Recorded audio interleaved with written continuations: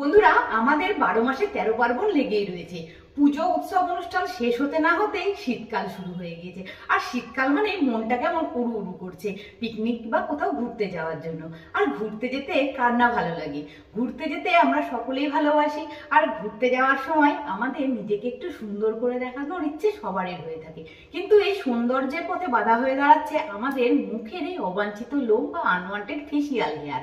এই unwanted facial হেয়ারকে remove করার জন্য পার্লারে যেসব ট্রিটমেন্ট আমরা করে থাকি সেগুলো কিন্তু ত্বকের জন্য একদমই ভালো নয়। তাই আজ আমি আপনাদেরকে 100% কার্যকারী ঘরোয়া উপকরণে তৈরি ত্বকের কোনো রকম ক্ষতি না করে এমন একটা রেমেডি বানিয়ে ব্যবহার করে দেখাবো, যেটা মাত্র একবার ব্যবহার করার ফলে আপনারা ফলাফলটা নিজেরাই লক্ষ্য করতে পারবেন।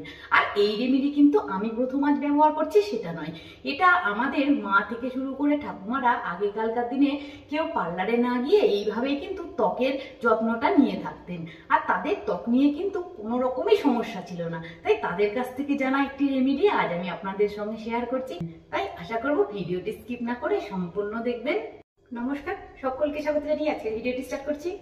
ভিডিওটি সম্পূর্ণ দেখার পর আপনাদের যদি ভালো লেগে থাকে ছোট্ট একটা লাইক করে সঙ্গে থাকবেন। আপনাদের কোনো রকম অসুবিধা না থাকলে কমেন্ট বক্সে গিয়ে একটু কমেন্ট করে জানাতে পারেন। চ্যানেলে কোনো নতুন বন্ধু এসে থাকলে চ্যানেলটিকে একটু সাবস্ক্রাইব করে নিয়ে পাশে থাকা বেল আইকনটিকে একটু প্রেস করে নেবেন এরকম ধরনের নতুন নতুন ভিডিও সবার আগে পাওয়ার জন্য। প্রথমে তাহলে রেমেডিটি একটু বানিয়ে দেখায়। যে রেমেডিটি আজ বানিয়ে দেখাবো তার জন্য এখানে একটা ধোয়া পরিষ্কার পাত্র নিয়ে নিয়েছি। তার মধ্যে দিয়ে দিচ্ছি 2 চামচ পরিমাণ আটা। আটা ত্বকের ওপরের লেয়ারে জমে থাকা যে কোনো ধরনের ধুলো ময়লা দূর করে, ত্বকের ব্ল্যাক হেডস হোয়াইট হেডসের সমস্যা দূর করে ত্বককে ক্লিয়ার এবং ক্লিন করতে সাহায্য করবে। 2 চামচ আটার সঙ্গে এখানে অ্যাড করছি 2 চামচ পরিমাণ বেসন। বেসন ত্বকের ক্লিনজার রূপে কাজ করে ত্বককে উজ্জ্বল করে তুলতে সাহায্য করে। একই সঙ্গে এখানে অ্যাড করে দিতে হবে 1 চামচ পরিমাণ কস্তুরি হলুদ। কস্তুরি হলুদ না থাকলে এখানে আপনারা রান্নার হলুদ ব্যবহার করতে পারেন, তবে পরিমাণে কিন্তু একদম কম দেবেন।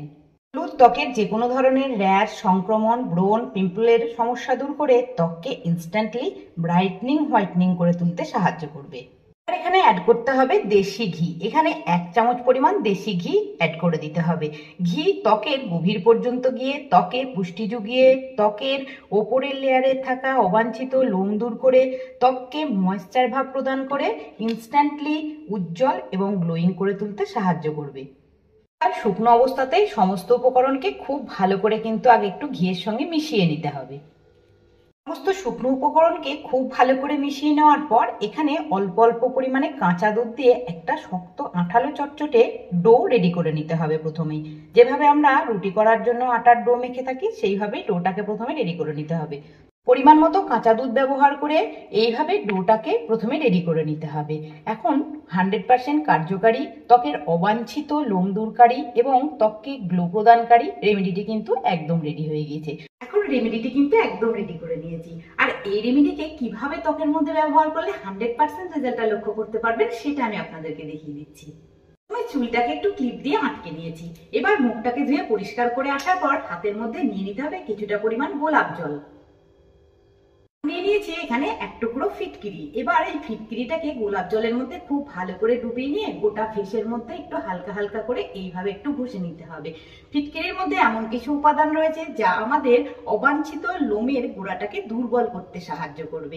এছাড়াও ত্বকে পড়ে থাকা যে কোনো ধরনের কালো দাগছোপ, ব্রণের দাগ দূর করে ত্বকের যে কোনো ধরনের কাটা ছেঁড়া সংক্রমণ দূর করতেও সাহায্য করবে। শরীরের যেখানে যেখানে অবাঞ্ছিত লোম রয়েছে সেখানে সেখানে এই রেমেডিটিকে অ্যাপ্লাই করার আগে খুব ভালো করে গোলাপ জলের মধ্যে ফিটকিরিকে ডুবিয়ে এইভাবে 2 থেকে 3 মিনিট একটু ঘষে নিতে হবে। এইভাবে মুখেও খুব ভালো করে ঘষে নেওয়ার পর আমি হাতের মধ্যেও একটু ফিটকিরিটাকে লাগিয়ে নিচ্ছি। এবার মুখটাকে না ধুয়ে এই সমস্ত গোলাপ জলটাকে প্রথমে একটু ভালো করে শুকিয়ে নিতে হবে। স্কিনটা যেন একদম শুকনো হয়ে যায় সেই পর্যন্ত অপেক্ষা করতে হবে। ত্বকটা খুব ভালো মতো শুকিয়ে যাওয়ার পর যে রেমেডিটিকে বানিয়ে রেখেছি হাতের মধ্যে নিয়ে খুব ভালো করে এইভাবে একটা লম্বা শেপ দিয়ে দিতে হবে। এইবার এই রেমেডিটাকে নিয়ে ত্বকের লোমের ঠিক আপওয়ার্ড ডিরেকশনে এইভাবে কিন্তু একটু ঘষতে হবে।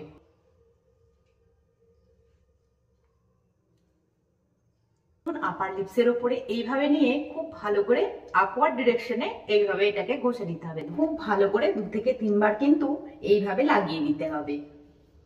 কিভাবে রেমেডিটিকে হাতের মধ্যেও একটু লাগিয়ে দেখিয়ে দিচ্ছি। লোমের ঠিক বিপরীত দিকে এইভাবে কিন্তু নিয়ে একটু ঘষে নিতে হবে।